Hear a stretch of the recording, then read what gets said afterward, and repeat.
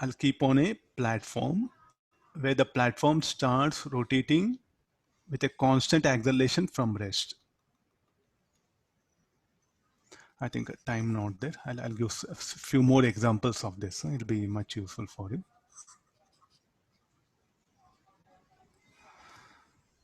Now there's a axis, there's a string.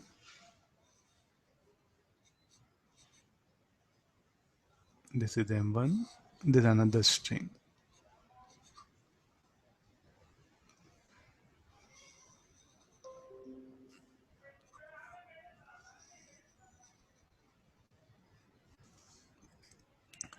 So there's a string 1.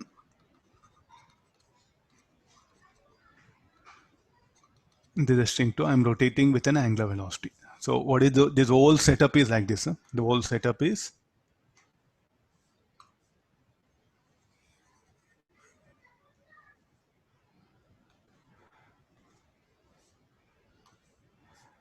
there's a block of mass M1.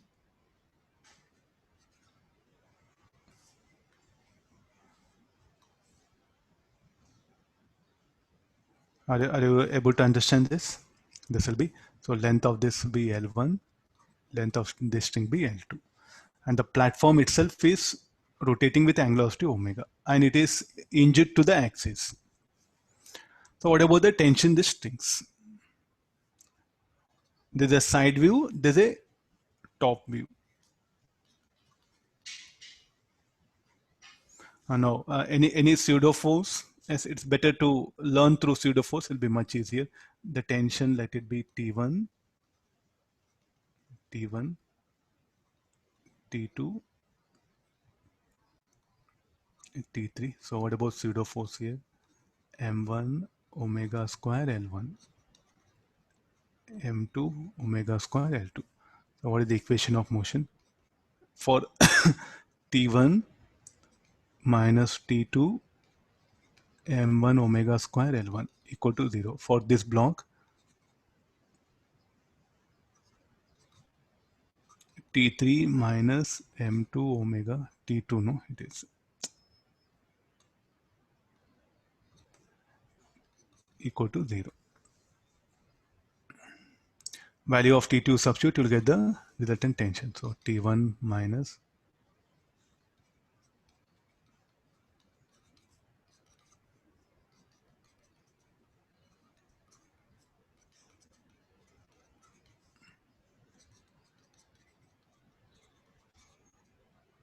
in which frame we did? In the rotating frame. In the ground frame, T1 minus T2 will provide required centripetal force for the block M1. Then who will provide centripetal force for the block M2? T2. So if you're, we have to show like this, no? So this will be the velocities of the block. This will be V1. They'll be having velocities, no? Then if you're seeing in the ground frame, so it will be simple like this, T1. So in the ground frame, how you write? T1 minus T2 equal to M1 omega square L1. What about here? T2 equal to M2 omega square L2. Why the tension is acting? The person on the ground will not say anything. I don't know all, just the tension will provide required centripetal force. T1 is not centripetal force according to the ground. T1 minus T2 is what? Centripetal force in the ground frame. T2 is what? Centripetal force for the block M2. It will provide required centripetal force. Able to analyze this one, not T1 alone. T1 minus T2 is centripetal force for the block M1 in the ground frame. Here what will happen? T1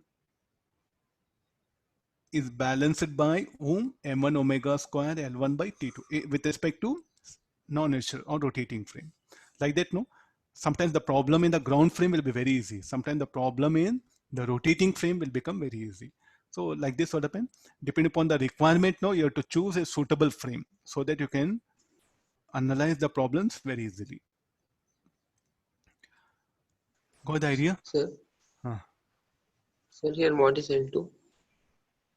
What is? L2. L2 is the length of the, oh, this I define like this, L1 plus L2. Length of the string. Okay, this is, okay, according to diagram, I'll change it. Okay, thank you for correction. This should be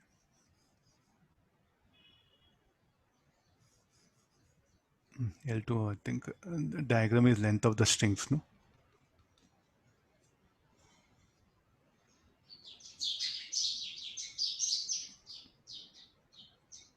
Okay, thank you for correcting. Fine now. L2 is this length of the string. This is L1. I'll indicate it. I'll make it like this. It'll be much easier. Or else L2 you should measure from the axis like previous one. Since Sir, Sir, it is plus m1, right? So plus m1 omega square L1. sir, yeah. can you give an example in which, in the inertial frame, it's more.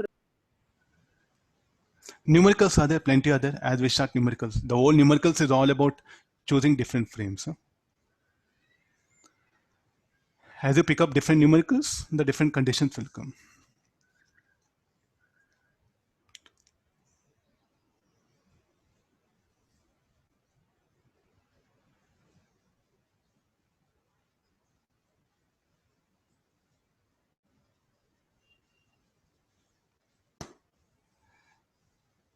Okay, so these are the some very core ideas of circular motion. Like earlier you have seen different types of this one. The basic idea of the centripetal force here. Okay, we'll take one more, the rotating ring.